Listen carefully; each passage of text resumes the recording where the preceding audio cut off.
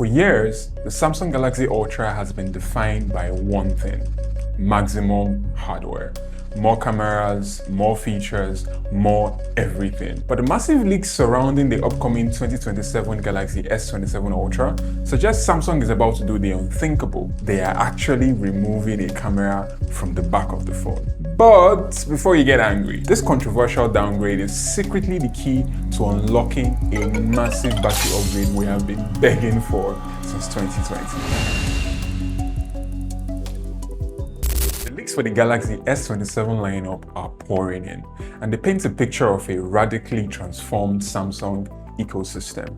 In this breakdown, we're diving deep into the decision to kill the 3x telephoto lens, the breakthrough silicon carbon battery technology it enables, and the shocking introduction of an entirely new phone, the Galaxy S27 Pro.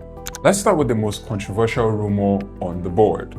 According to heavily corroborated leaks out of Korea, the Galaxy S27 Ultra is abandoning its famous quad camera array. Samsung is officially expected to drop the dedicated 10-megapixel 3x optical telephoto lens, and for a device built on the reputation of its zoom capabilities, stripping away an optical lens sounds like a massive step backwards.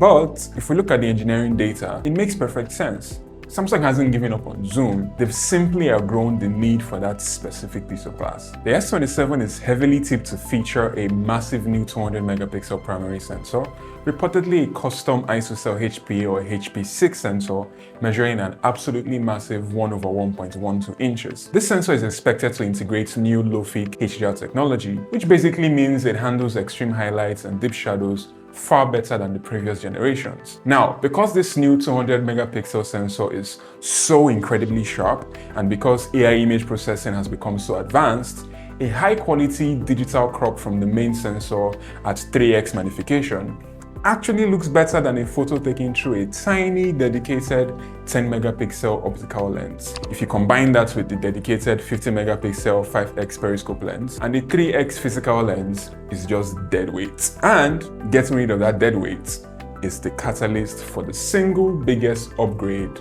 in the S27 Ultra. For over 6 years, ever since the Galaxy S20 Ultra, Samsung has been completely stuck at the 5000 mAh battery limit. Smartphone real estate is incredibly expensive, and every millimeter is fought over by cooling chambers, processing chips, and camera hardware. But by finally ripping out the 3x telephoto sensor and its accompanying motherboard routing, Samsung has freed up a massive chunk of internal volume. Leaks suggest Samsung is using the reclaimed space combined with next-generation high-density silicon carbon battery technology to finally shatter the 5000 mAh ceiling. We're seeing credible reports pointing toward battery capacity testing between 5500 and a staggering 6000 mAh. In an era where AI attacks are constantly draining power in the background, a physically larger silicon carbon cell is the only true solution to a 2-day battery life. But the Ultra isn't the only device getting a radical design. Perhaps the biggest business move Samsung is making next year is the introduction of a completely new tier, the Galaxy S27 Pro.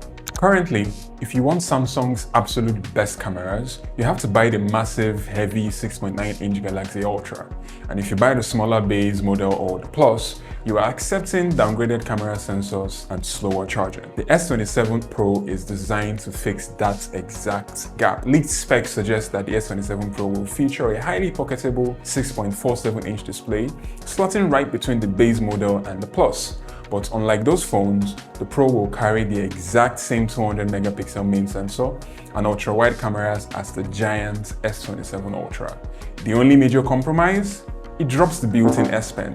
For millions of users who want top-tier photography but are tired of carrying a massive brick in their pockets, the S27 Pro is going to be the most compelling Samsung device in years. Now, let's talk about the exterior design, because another major leak points to an aesthetic overhaul that fixes a major usability issue. Samsung might finally be bringing MagSafe style charging to the Galaxy ecosystem. For years, Samsung's ultra-premium phones have featured vertically stacked camera lenses. Now, while it looks sleek, it means the phone wobbles violently when you lay it flat on a desk to type.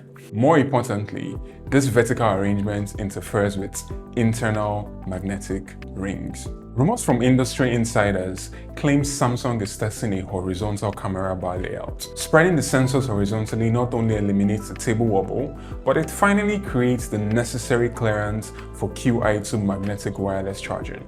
This means the S27 Ultra could natively support the massive ecosystem of magnetic wallets, car mounts, and snap-on chargers that iPhone users have enjoyed for years, without the magnets interfering with the S Pen digitizer. Furthermore, the front of the device is getting a security overhaul. A new feature dubbed Polar ID is reportedly in the works.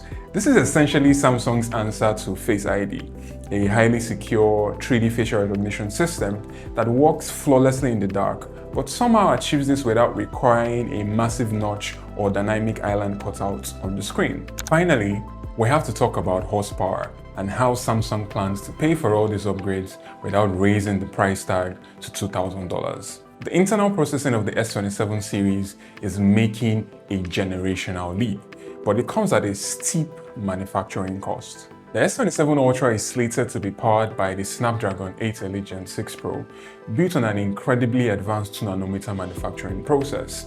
Going down to 2nm means drastically better sustained performance while gaming, lightning-fast on-device AI processing for background tasks, and significantly lower heat generation. But 2nm wafers are absurdly expensive. So to balance the books, recent supply chain leaks from the GSM Arena database suggest a controversial cost-cutting measure for the non-Ultra devices. Samsung is reportedly sourcing OLED display panels from the Chinese manufacturer BOE for the base Galaxy S27, rather than using their own premium Samsung display panels. While BOE makes great screens, keeping the absolute best, brightest, and most color-accurate Samsung display tech exclusive to the S27 Pro and S27 Ultra is a harsh reminder of how aggressively the company is segmenting their lineup to protect their profit margins. The Samsung Galaxy S27 lineup is shaping up to be the total reset of their flagship strategy. By killing the redundant 3x camera, they unlock a battery breakthrough. By shifting the design, they finally bring Qi2 magnetic charging to the masses. And by introducing the S27 Pro, they are finally going after the compact premium market with everything that they have. This isn't just an iterative update, it's a calculated response to the loudest complaints of the last 5 years. I want to hear from you in the comments. If you're a die-hard Galaxy Ultra fan, would you actually downgrade your screen size to 6.4 inches and give up the S Pen to buy the S27 Pro? Let me know. Make sure you hit that subscribe button for more high-level breakdowns of the tech industry. My name is Josh, and this is Tech Mansion, and I will see you in the next video. Bye for now.